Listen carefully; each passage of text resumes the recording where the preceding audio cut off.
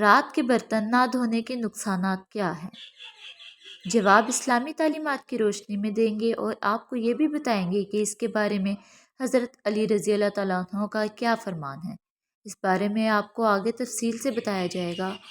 کہتے ہیں کہ حضرت علی رضی اللہ تعالیٰ عنہ سے ایک عورت نے اپنے گھر کی پریشانیاں بیان کی اور فرمایا کہ مجھے سمجھ نہیں آتی کہ ہمارے گھر میں کیوں بے برکتی ہوتی ہے۔ اس پر حضرت علی رضی اللہ تعالیٰ عنہ نے دریافت فرمایا، کیا تم رات کو برتن دھو کر سوتی ہو یا جھوٹے برتن اسی طرح سے چھوڑ کر سو جاتی ہو؟ تو اس عورت نے کہا، میں تو رات کو برتن ویسے ہی چھوڑ کر سو جاتی ہوں۔ تو اس پر حضرت علی رضی اللہ تعالیٰ عنہ نے فرمایا کہ تمہارے گھر میں پریشانیوں اور بے برکتی کی وجہ یہی ہے، اس لیے رات کو برتن صاف کر کے سویا کرو۔ اس بات سے معلوم ہوا کہ رات کو جھوٹے برتن نہیں چھوڑنے چاہیے، اور اس بارے میں سائنس کا بھی یہ کہنا ہے کہ اگر برتنوں کو زیادہ دیر کے لیے گندا چھوڑ دیا جائے تو ان میں نقصان دہ قسم کے بیکٹیریا پیدا ہو سکتے ہیں جو کہ مختلف بیماریوں کا سبب بن سکتے ہیں۔ اور ظاہر سی بات ہے کہ جب برتنوں میں کھانے پینے کی اشیاء ہوں گی تو مختلف زہریلے کیڑے مکوڑوں کا بھی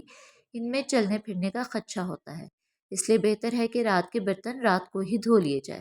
دوستو، یہاں پر آپ کو یہ بھی بتاتے چلیں کہ احادیث نبوی میں ایسی کوئی بھی تعلیم سامنے نہیں آئی ہے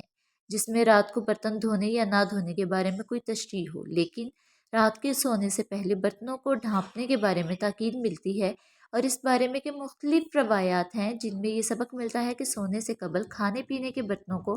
بسم اللہ کہہ کر ڈھانپ دینا چاہیے۔ اگر کوئی چیز نہ ملے تو کم از کم ایک لکڑی ہی صحیح بسم اللہ کہہ کر اس پر رکھ دی جائے، اس لیے کہ شیطان بند دروازوں کو اور ڈھکے ہوئے برتنوں کو نہیں چھوتا۔ ایک اور حدیث میں آپ صلی اللہ علیہ وآلہ وسلم نے اس کا سبب یہ بیان فرمایا ہے کہ سال میں ایک رات ایسی آتی ہے جس میں وبا اور بلا نازل ہوتی ہے، اور جس چیز کا منہ بند نہ ہو اور جو برتن ڈھکا ہوا نہ ہو اس میں یہ وبا ہو سکتی ہے۔